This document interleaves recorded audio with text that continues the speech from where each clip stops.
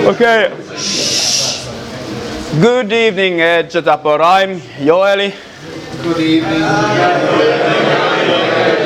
You might know me from getting into weird problems, you know, the rumors that I ever killed a person in the camp are greatly, well, probably forgotten at this point, really. And I never get myself into any kind of fights with people here, and I don't do stupid research or trolling. But anyways, so these days you might know me from running the HIMA Alternative Facts and Wild Theory group on Facebook with stupid research and stuff. Some people might know me professionally as a specialist in National Library of Finland, or maybe you just know me as that last thing. So I like Monty Python's movies, so I'm gonna tell something about the Monty Python and the life of Brian. You know the story about this man who was born in Jerusalem and was living side by side during interesting moments. So I'll tell you a similar story about the life of Hans. Hans, very common name. Anyway, so let's go to the setting. We are in the early 1400s in the free city of Nuremberg in Bavaria, southern Germany, northern Italy, whatever. So it's the same empire anyway. So the city of Nuremberg is an independent city under the imperial immediacy in the Holy Roman Empire. It was a rich city. It often loaned money to the emperor. You know, emperor had kings and barons underneath him who were the ones who owned land. Emperor maybe had a little land somewhere, but wasn't enough to build armies or rule the empire. So he was often out of cash, and Nuremberg was also his honeypot, so he could borrow some there if he was nice to the city. Because that city was not run by nobles, but a city council of 20 people, usually rich tradesmen and guild members who were then trading all across Europe with silks and spices and precious materials. But they were not nobles. They would wanted to be nobles. They had their own coat of arms and everything.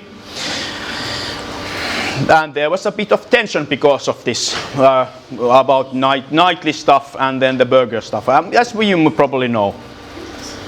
But they had lots of money, and they were running things in a really smooth German fashion. For example, they usually had a hired officer who was basically the town chronicle. There was a paid town chronicle at all times, and they wrote down everything that happened in the city.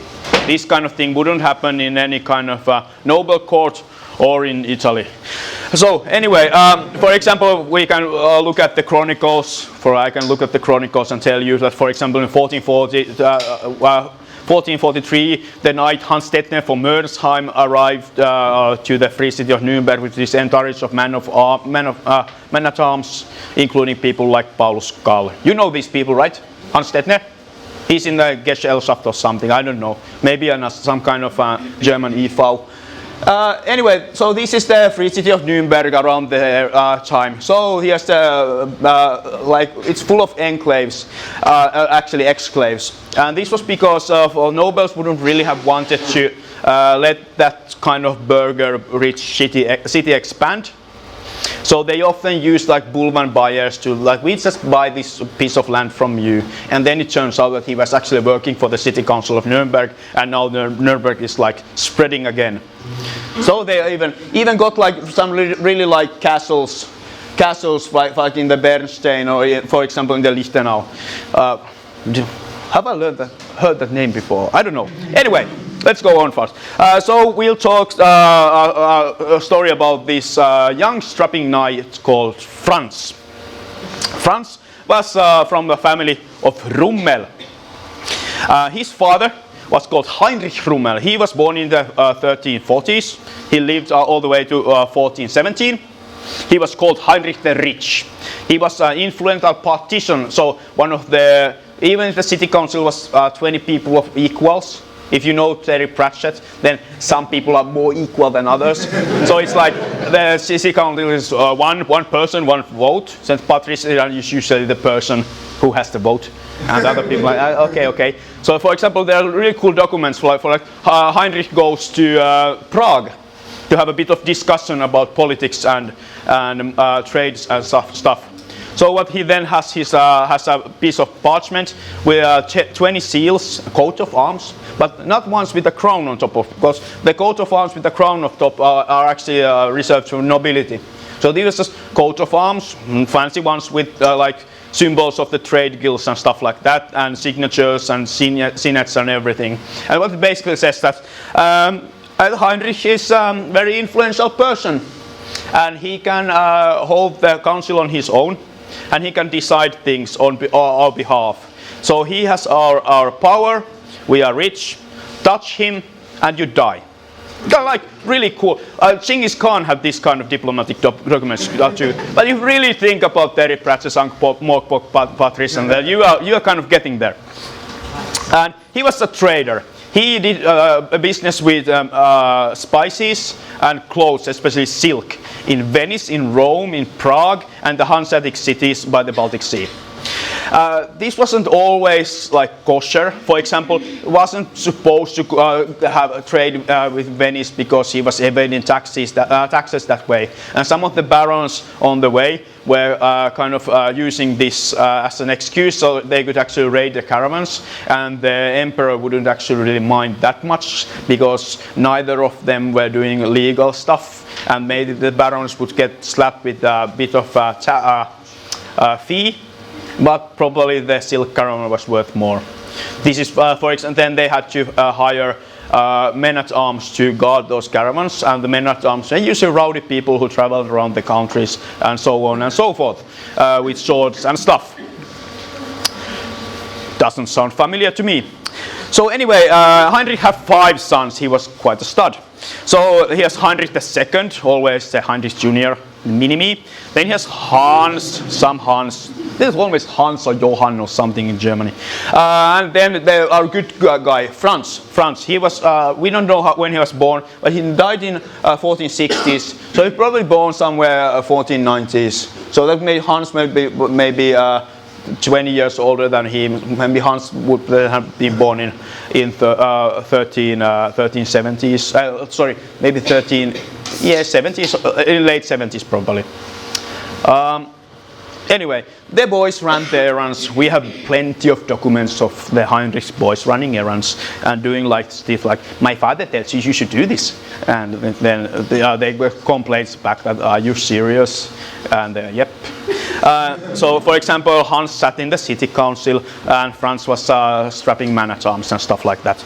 They both were traveling a lot with trading and stuff, diplomatic stuff. For instance, Hans was buying land, like snatching land illegally for Nuremberg and stuff like that. Not many liked them because they were not real knights, but they had money and they're traveling around using swords, and you know the type. Anyway. That brings us to the story of the nobles and the burghers. So, for example, here we have the from the Nuremberg's small book of coats of arms, which lists like everything influential. I think this is 1450s. So, for example, in one page we have the Holy Roman Emperor's big officers and the big kingdoms. So there's Bayer, and there's Schwab and so on, and then there's the Markgrafs, which are like the warlords of the area. Usually had a bit smaller, less established realms which they were like expanding from and causing trouble. Usually like younger, more hungry nobles that had something to prove. There's Mehrer and Brandberg and so on. And then there's Burggrafs. There's Nuremberg. And now look. Crown. Oh, crown, that's pretty good, but no crown. No nobles. Anyway, the burghers had their coat of arms. They were really into the knightly stuff because they were kind of wannabes. But yeah, they always lacked the real sanctioning from the emperor. And for example, the nightly tournaments, the big ones that matter, they were only for knights, not for the burghers. So, probably would have been pretty annoying to be a strapping man at arms like Franz. Like doing all the work, guarding the caravans, getting into fights, like moving about lots of money, having actually a lot of influence. You know, this is after all, this goes in the order of importance. After that comes a lots of like bishops and nobles and knights, like pages and pages. So if he's like, his father is a patrician, and yeah, he's kind of a big deal, even though everybody wouldn't have liked it. Oh, sorry. So, let's go to Franz's wet dream. In 1434, Nuremberg was allowed to hold a big nightly tournament. These were like big deals, about the size of royal weddings kind of a thing. So everybody of importance would come there, show up, and they would last 4 days, and they would use obscene amount of money. They were kind of like Formula 1 races of the time, as you know, but it was Formula 1 races for the celebrities. Celebrity? Yes, and loud politicians of today. So yeah, bit of a weird combination, but that's what you got. Have a look at the tournament books sometimes, and you see how they were actually dressing, and they would have like teams of 10 people attending them, all dressed the same and like hustling about. They were like big carnivals, but they were deadly serious because it was about being shown and about knightly honor. And that jousting is very dangerous hobby. Even to, in this decade, reenactors have died from jousting because you get slammed a spear in your chest by the power of 2 horses. And so it's like yeah, really. But who are us to judge? That was a nightly thing, and I don't know what they did on the daily things then. But anyways, Franz Rammel would have really wanted to take part. He was a like proper man at arms, as they say. Maybe even riderman, or like in that way a ritter, but not in the like knight kind of a way. But he actually got it really arranged. Like I told earlier, Nuremberg was an influential city. So when the new emperor got crowned, the king of Germans went to the Rome to get crowned as the emperor. As it happens, that was Sigismund I this time. So immediately he took a couple of his pals with him, for example, Erhard and Paul Haller and Franz Rummel and Sebold Beheim and Martin Heiner and so on and so on. And they got knighted on the Tevere Bridge in Rome on Pentecost of 1433 by the emperor himself. And he actually hoisted the flags of 2 families, the Rummels and the Hallers, over the bridge for a week for everyone to see. This was a big deal. And yes, there are like levels of getting knighted, and this was like the second best, where the best is going to a pilgrim of Holy Grail and finding something holy and bringing it back, as they did. We have lots of pieces of, for example, the cross of Jesus from those trips. Who am I to judge? But anyway, this was a big deal. But still, he tried to go to the tournament. And we have some letters from the chronicles in Nuremberg that the real nobility sent complaint letters to the emperor that we have these wannabe burghers trying to come to our tournament, and we did not allow them. Franz was heartbroken. So, what he did, he went for the pilgrim to the Holy Land.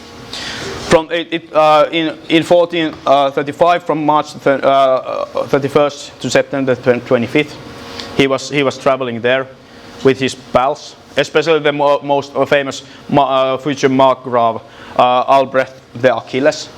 Achilles because he was such a good fighter, well, young man at the time, and his no good big brother Johann the Alchemist. I love these names, and it was a bit of a disaster. Not many came back alive, and but Franz came back, and he was recognized as a real noble after that. Because after all, his flag was by the Tevere Bridge already in front of the Vatican, and he went to the Holy Land, and he was a good man at arms. So now the talking was stopped. Well, for some people, for example, the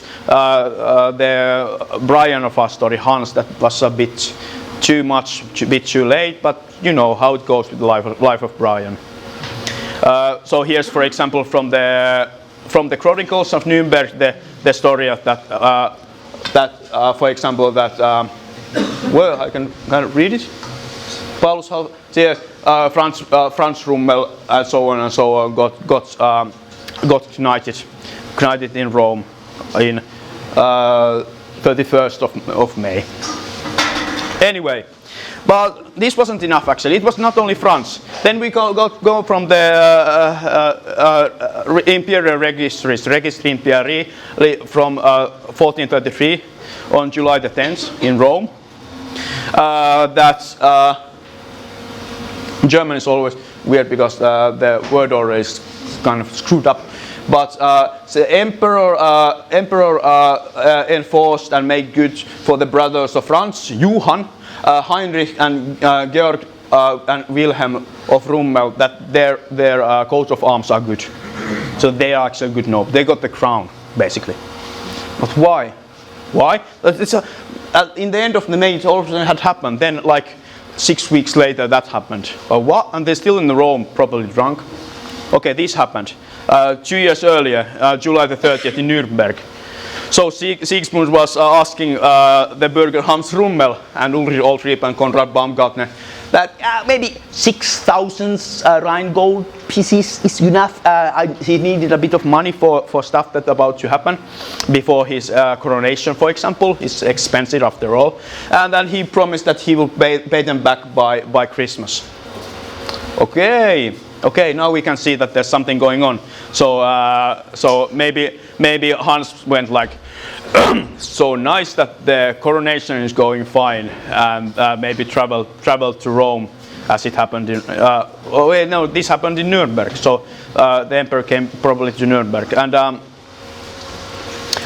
got all the pals knighted like after the fact. But still, it's the same family, so they are as good. So maybe that tells us something. Hey, but we are in the mid half of the slideshow, so in the Monty Python style, let's do an intermission. So we are in the 1434 in Nuremberg, and Erhard Haller was there keeping his pal Hans Stahlhofer as his guest for a couple of days. Of course, this Ritter Erhard Haller, you can see this Erhard and Paul Haller were also the main dudes who got the flag up and got their knighting going on. So okay, he's hosting his pals.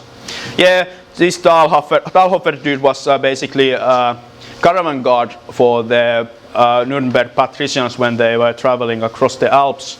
You know, doing the illegal tax evading silk trade thing that was in the teeth of the robber barons, or the barons who didn't like this, and the emperor didn't really punish them for stealing the silk for themselves. So he actually got killed. He killed a couple of nobility in around Salzburg, and he needed some protection from the Nuremberg good guys, like the new knights, his chummies. Anyway, that was the intermission. Anyway, the pilgrimage, yes, I was talking about that, and I talk about the Salzburg salt routes that they were guarding. By the way, this is a Rummel coat of arms now, you know. Pretty cool. Have you seen the two-headed imperial eagle? Well, maybe two roosters is about as good. I can't say the other word for it, but we have to do push-ups. But you get the idea. So they went from. I put some data points, just a few. So they went from Nürnberg to Neumarkt to Regensburg to Landshut to Neumarkt to Burghausen to Salzburg to Göttingen to Rastatt to Mautenholz to Grun to Villach to Margobret to Pontebebba. Spilimbergo, they can't write Italian names in Nuremberg, to Venice and to so forth. But yeah, I got to figure out. They went there, and I also have the name of all the people there. Some of them go with pseudonyms. There's like, for example, Hans von Lichtenau, but I don't know who he is. Anyway, so it's very interesting, this coat of arms, because now the Sigismund got crowned.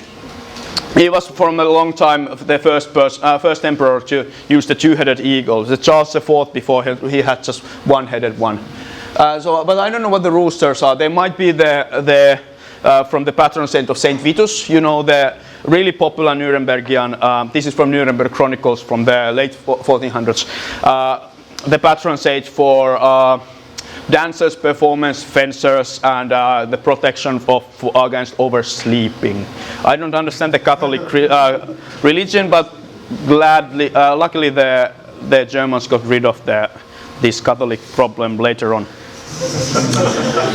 Amen. But I find it interesting that was there kind of were there chummies with the emperor, like two-headed eagle, two-headed, I don't know, rooster. Or was it like this patron saint of these dancers and fencers thing going on? I don't know. I don't like conspiracy theories. Whoa. Sorry, personal stuff. Anyway, let's go to Hans. So he traveled around the Europe on trade missions and got into some arguments, did some shady deals for the patrician. Then we know some of the court cases for the convulse involving Hans Stahl, for example, stabbing people. He acquired lands for the city of Nuremberg. He died on July the 20th, 1434. This would be actually the day of his death. 588 years ago, Hans died. We don't have much information on his death. If he had died like 1 year later, I would say he died on the Holy Land. But that's what I got from his necrology. But it was a shady deal. It's a shame because it would be nice to know. Or we know the story of Franz, but it would be nice to know the story of the life of Hans also. Anyway, let's go to the Castle Lichtenau. I gathered some extra information also for that. So it was bought by the Rummels in Nuremberg in 1409 as a protection 30 kilometers before the city gates. It's very useful because like then you are in the 30 kilometers like good hitting rates of cavalry. So you can get in a couple of hours to do a charge against somebody who's making a mess either of the Castle Lichtenau or the city gates of Nuremberg. And the Emperor Sigismund, by the way, he granted the Blutball. Sorry, not Sigismund. I made a mistake here. It was precursor, Ruprecht, the king of Romans. Blutbahn, so the highest order of jurisdiction, the right for capital punishment and enforcing any kind of law with any kind of punishment, basically, inside the new Castle Lichtenau. So he gave it to he didn't give it to Franz, which was weird. Franz got it later on when Hans died. But he gave it to Hans in 1410. So Ruprecht römische König belät Hans Rommel der Jungen Heinrich Rommels Bürgers zu Nürnberg, so mit dem Blutbahn in Markte Lichtenau. So Hans was running the Lichtenau castle, yeah. He had traveled around the Europe in his youth, doing all sorts of shady stuff. By the way, I forgot to tell, he was the biggest military enthusiastic in the city of Nuremberg. He had the third largest private cohorts of soldiers, 164. Do you want me to tell the names of them? But he probably trained them himself because he was an active person and his little brother was a knight, going on, and they were hot shots anyway. This is a picture from there. They have the fighting list still in the Castle Lichtenau. This is kind of like with the fence going on, and then go doing stuff with the fences, like jousting and fencing. I think the word jousting is a bit more inventive to do inside fences than fencing. Hey, by the way, I had some pictures. Yesterday, Johannes Rummel from Lichtenau, like they then called him for a year after he got the knighthood, but before he died. Before that, they would have called him von Lichtenau. It would be like Johannes Lichtenau, something else, basically. But that's his face anyway. So he has this nice mustache and this weird furry hat going on. And he has got like the information of him. He died 30th of July. But I couldn't sleep last night because there was some mistake in the internet. This is real. It says that Hans Rümme starb am 20. July. After then, according to his necrology, so they got the date wrong in the internet. Today is the date of his death. Yeah, he looks actually really familiar to me. He looks actually a lot like the Emperor Sigismund. You know, this is the guy with the hat, and it was a really popular fashion at the time. The thing. I don't know, he has a bit of worse mustache. That Kudu's mustache looks a lot like his mustache, in my opinion, but what do I know about beards? Anyway, so Sigismund was a friend of the Rummels von Lichtenau after they got knighted, so they were the von. Before that, they would be just outside Lichtenauer or something like that.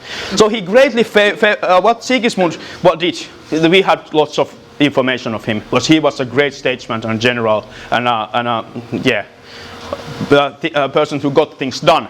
It's always nice when the Germans get things done. Anyway, so he greatly favored learned men. It was even described that it's his only fault in life, if in the opinion of everybody.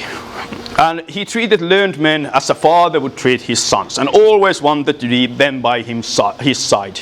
This angered the real nobles, who proclaimed the emperor should not be devoted to such people, because they are not real nobles. The emperor said that these people in the nurture of God gave the genius greater than mine and yours. I place above all others.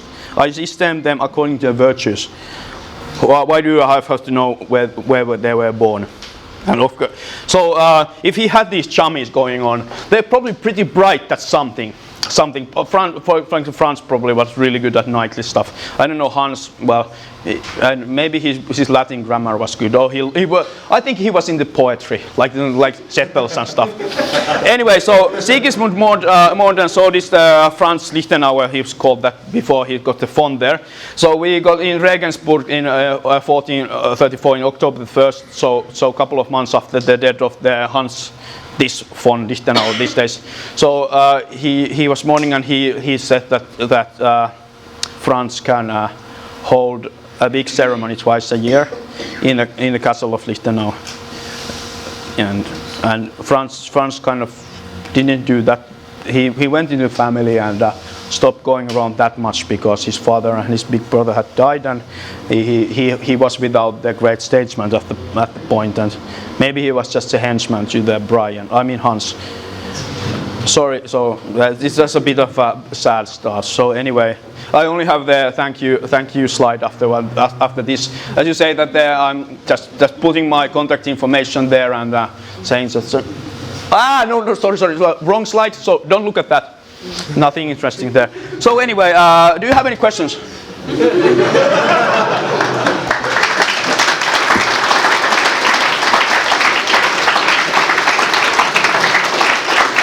Okay. So when you make interpretations of fencing stuff, be aware of the like the cognitive bias, for example, what's vahvistusvinooma in English anyway? Vahvistusvinooma. The fact that you start looking at things and then you find what you want all the time. Yeah. Well, confirmation bias is what one I was thinking. So it can be that this is true, it can be not. I'll give it a 10% chance. But anyway, we know something about the burghers. They wanted to fence, they were rowdy, they were moving about, they had lots of money and influence even to the emperor. Sometimes they got favors. For example, Sigismund really liked brilliant people, and Romans were such, apparently so. And we know that they were not actually, they were into knightly stuff, but they were not always allowed to do the great stuff. But they could, for example, buy themselves castles and call them names and even get like local authority as high as possible there. So And what we know of the patricians, that they had these own groups, maybe like small associations for one cause that they called the name Gesellschaft, and they would have for Gesellschaft, for example, to go to a Holy Land, or Gesellschaft to prepare for a war, and so on and so such, because they didn't go to the course, they had to do stuff together, and then you would get like these low-born men together doing great stuff. So like us, basically, which is good. Which is good. Yeah, probably somebody has something cool about fencing masters after this, but this was just a light Wednesday thing. So cheers.